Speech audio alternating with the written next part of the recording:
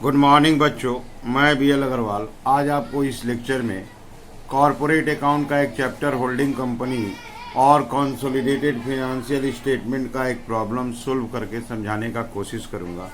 ये देखिए आपके सामने एक प्रॉब्लम है। स्टार लिमिटेड 6000 शेयर एक्वायर किया है 14 करके।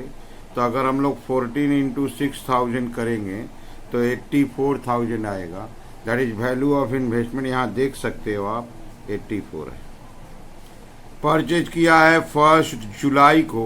अब बैलेंस शीट देखिए 31 मार्च का है। इसका मतलब करेंट ईयर में अप्रैल मई जून 3 महीना बाद परचेज किया है। तो परचेज करने के पहले करेंट ईयर में 3 मंथ था, अब परचेज करने के बाद करेंट ईयर में 9 मंथ है।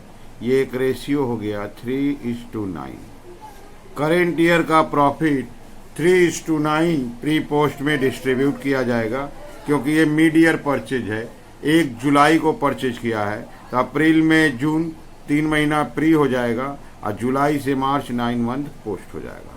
ये एक बैलेंस शीट है। यहाँ देखिए उसका 80,000 शेयर कैपिटल है प्लानिट लिमिटेड का। इसको हम लोग ₹10 ईच ऊपर बोला ही है 10 ईच। तो यहाँ से हो गया आपका 8,000 शेयर। 8,000 शेयर में 6,000 शेयर हम परचेज किए हैं, तो शेयर ऑफ होल्डिंग निकालेंगे 6,000 बाई 8,000 इंटू 100 75% हो जाएगा। तो 25% माइनॉरिटी का हिस्सा होगा। ये देखिए रिजर्व एंड सरप्लस 65,000 है। ट्रेड पेएबल है, फिक्स्ड एसेट टेंजिबल है, इन्वेंट्री, ट्रेड रिसीवेबल, कैश। हम लोग को ये जो 65,000 है इसका हमको एनालिसिस चाहिए। यहाँ देखिए reserve and surplus capital reserve 10,000 था। ये पूरा ही प्री होता है, क्योंकि प्री प्रॉफिट को कैपिटल प्रॉफिट बोलते हैं और कैपिटल रिजर्व नाम है तो प्री ही हो गया। जनरल रिजर्व 15,000 था और surplus that is PL account 40,000 था। इस एनालिसिस के लिए नीचे आते हैं। जिस दिन शेयर एक्वायर किया गया वो तो 1 जुलाई था।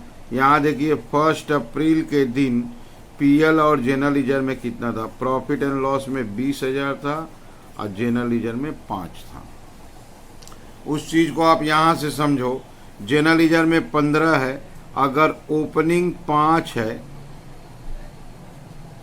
तो करेंट ईयर का 10 है। अगर ओपनिंग 5 है तो करेंट ईयर का 10 हो जाएगा। और PL अकाउंट का ओपनिंग 20 है तो करेंट ईयर का आपका 40-20 ही होगा। ये जो करेंट ईयर है ये प्री पोस्ट में बटेगा। ये जो करेंट ईयर है प्री पोस्ट में बटेगा। और रेशियो आपको बताए थे 3:9।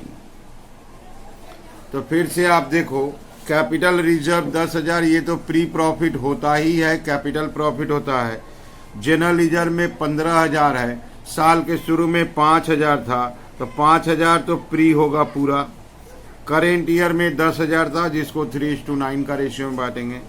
40,000 में 20,000 ओपनिंग था तो 40,000 में 20,000 ओपनिंग को प्री बोलेंगे और करेंट ईयर का 20 माना जाएगा जिसको 3:9 का रेशियो में बांटेंगे। ओके। इसके अलावा आप देखो क्रेडिटर और बिल्स पेबल, इसमें 3,000 का बिल है स्टार के नाम से।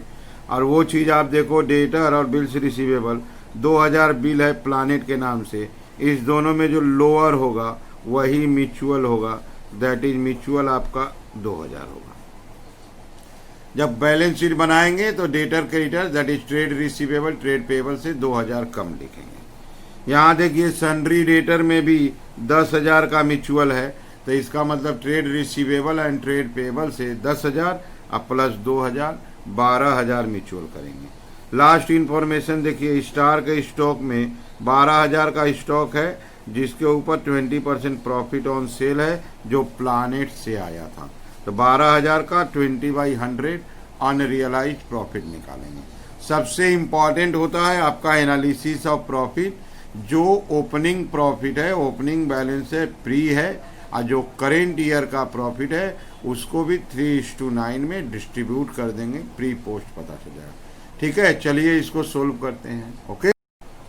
होल्डिंग कंपनी का सॉल्यूशन एक वर्किंग इंपॉर्टेंट होता है। सबसे पहले शेयर ऑफ होल्डिंग, उसका 8,000 शेयर में हम लोग 6,000 शेयर परचेज किए थे, तो 6,000 divided by 8,000 into 100 that is 75%। तो शेयर ऑफ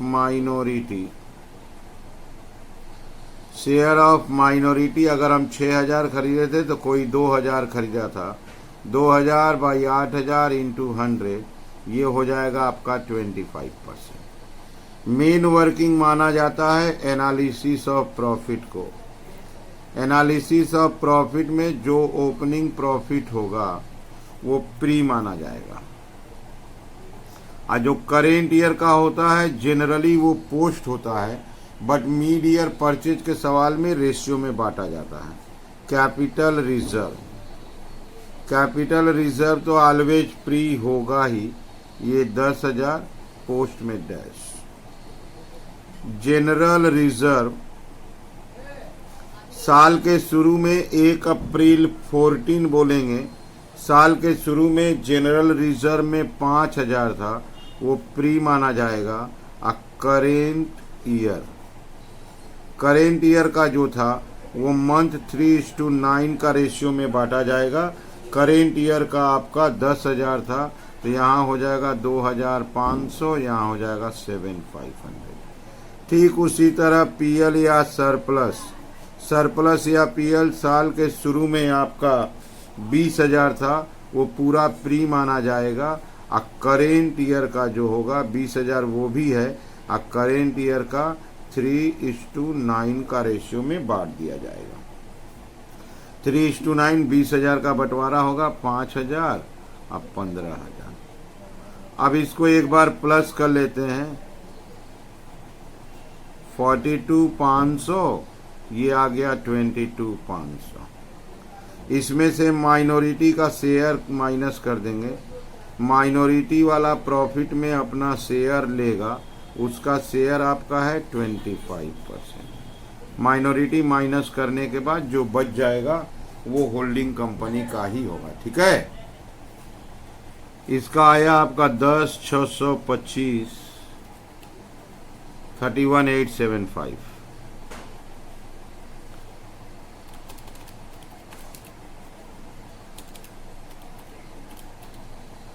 $22,500 का 25% आपका आया 5,625 16,875। ये हो गया आपका एनालिसिस ऑफ प्रॉफिट। जो ओपनिंग था उसको प्री रख दिए, अब करेंट ईयर को 3:9 में डिस्ट्रीब्यूट कर दिए, उसके बाद उसमें से माइनॉरिटी को शेयर दे दिए।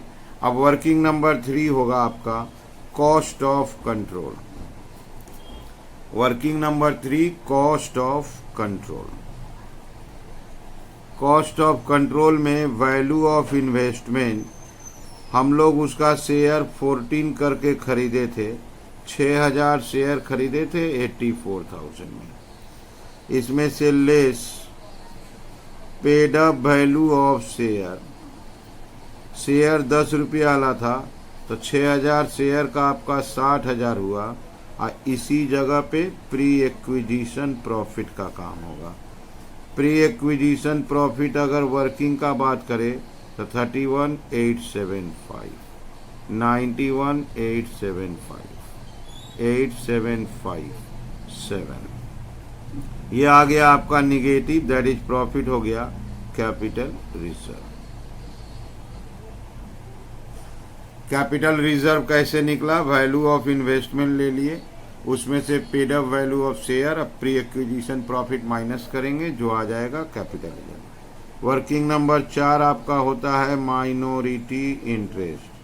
हमारे अलावा इस कंपनी का जो सेकंड क्लेमेंट है वो माइनॉरिटी है, इनके पास 2,000 शेयर था, तो paid up value of share 2,000 share का वैल्यू हुआ 20,000। इसमें प्लस करेंगे प्री एक्विजिशन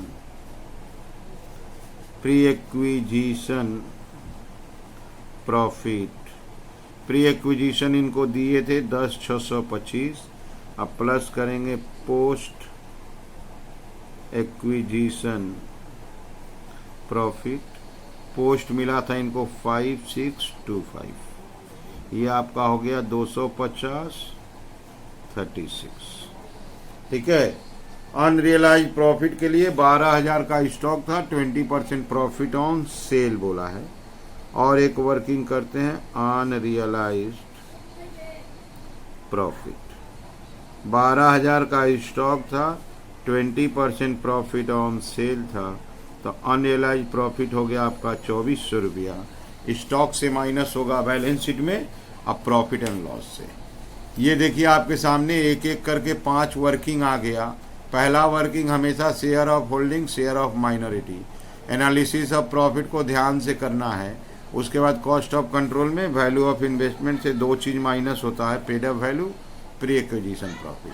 माइनस आया इसलिए कैपिटल रिजर्व, प्लस आने से गुडविल, माइनॉरिटी इंटरेस्ट में paid up value, pre post add कर देंगे माइनॉरिटी, और उसके बाद निकाल दिए हम लोग अनरियलाइज्ड प्रॉफिट। अभी और वर्किंग है अपना, वर्किंग नंबर 6 होगा कंसोलिडेटेड जनरल रिजर्व। लाते हैं working number 6 consolidated general reserve. Holding company का अपना जनरल रिजर्व, होल्डिंग कंपनी का अपना जनरल रिजर्व था 60,000। इसमें थोड़ा सा प्लस करेंगे पोस्ट एक्विजिशन। ठीक, ऐसे ही एक वर्किंग होगा कंसोलिडेटेड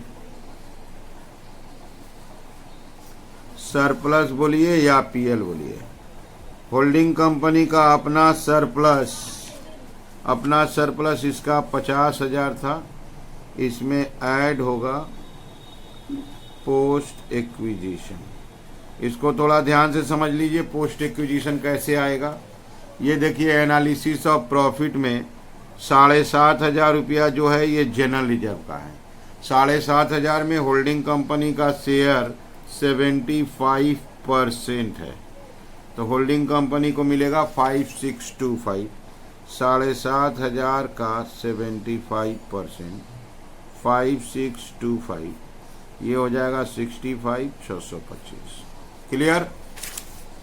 अब यहाँ देखिए पूरा इसका आंसर है, पोस्ट का आंसर है 16,875। इसमें 2 चीज ही होता है, जनरल रिजर्व एंड पीएल। तो 16,875 में से जनरल रिजर्व के नाम से जो मिला था 5625 माइनस कर देंगे, 16,875 से माइनस कर देंगे, आपका आ जाएगा 11,250, दैट इज 61,250, लेस हो जाएगा अनरियलाइज्ड प्रॉफिट।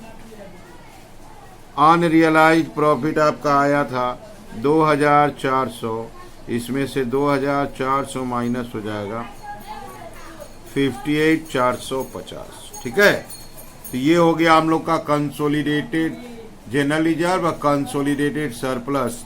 बैलेंस शीट बनाने के पर्पस के लिए नोट्स टू अकाउंट बनाना जरूरी होता है, तो नोट्स टू अकाउंट में रिजर्व एंड सरप्लस को बना देते हैं। रिजर्व एंड सरप्लस के लिए सोचिए, सबसे पहले जनरल रिजर्व था। जनरल रिजर्व अगर वर्किंग का बात करें तो आया था 65,625। सरप्लस था 58,850। कैपिटल रिजर्व आया है, कैपिटल रिजर्व आपका आया है 7,875। तीनों प्लस कर देते हैं, 5 5 10, 7 5 12, 14 1 15, 16 6 22 1 23, 65 132। एक बार चेक कर लेते हैं आपका 65,625 plus 58,850 plus 7875 result is 65,625 plus 58,850 plus 7875, result will be 132,350। ये सीधे बैलेंस शीट में रिजर्व एंड सरप्लस में चला जाएगा। कंसोलिडेटेड जनरल रिजर्व का ये फिगर समझ लीजिए और सरप्लस का ये फिगर। कभी मिस्टेक नहीं होगा। ठीक है, चलिए चलते हैं इसका बैलेंस शीट बनाने। ये रख दिया आपके सामने balance sheet, consolidated balance sheet of star limited.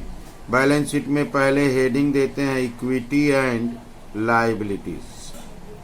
Equity and liabilities में ए नंबर लाएंगे शेयर होल्डर्स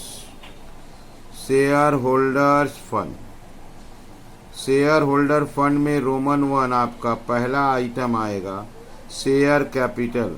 और share capital holding company star limited का लिखा जाएगा 3 लाख रुपया। 2 नंबर आइटम इसमें आएगा आपका reserve and surplus. Reserve and surplus का वर्किंग कर दिए थे 132,350। इसके बाद बी नंबर आता है नॉन करेंट लायबिलिटीज में डिवेंचर और लोन्स आता है नहीं।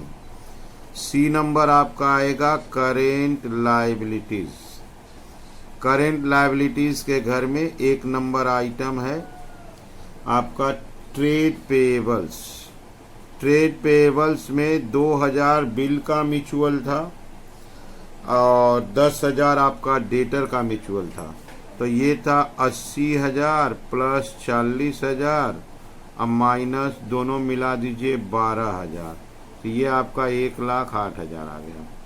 इसी घर में आता है माइनॉरिटी इंटरेस्ट।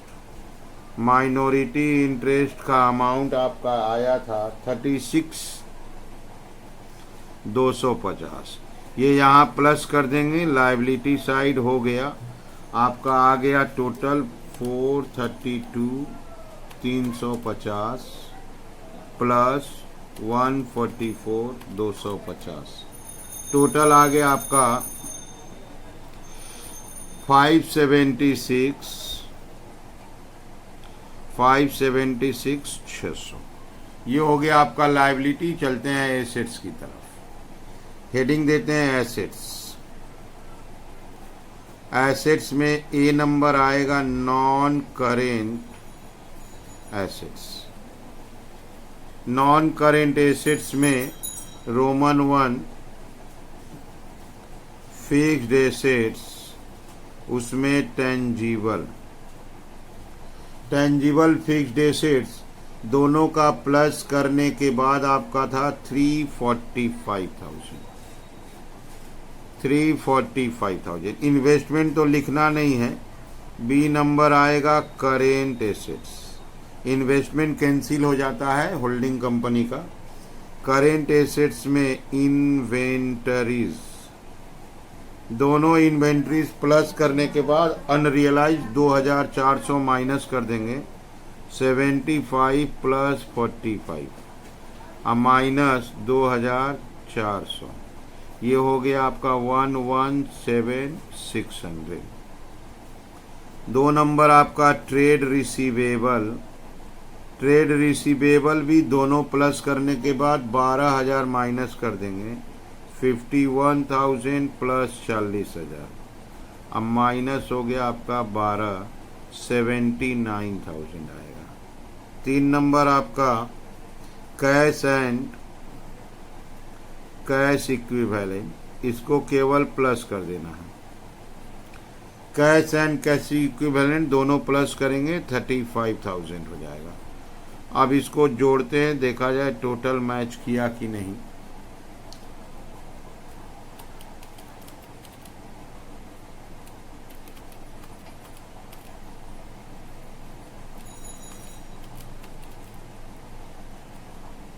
यस, टोटल आ गया आपका 576,600। ठीक है, तो ये हो गया आपका consolidated balance sheet. Holding company और सब्सिडियरी कंपनी के बैलेंस शीट को ऐड करके लिखते हैं। शेयर कैपिटल सिर्फ होल्डिंग का लिखते हैं। रिजर्व सरप्लस जो वर्किंग से आया था, तो इसका मतलब सब्सिडियरी का शेयर कैपिटल रिजर्व सरप्लस नहीं लिखा जाता है। कोई भी लायबिलिटी अगर आपस में ऐड करके लिखते हैं तो कोई म्यूचुअल होगा तो लेस किया जा सकता है। ठीक है, और बैलेंस शीट में होल्डिंग कंपनी का वो इन्वेस्टमेंट नहीं लिखते हैं जो सब्सिडियरी में किया था।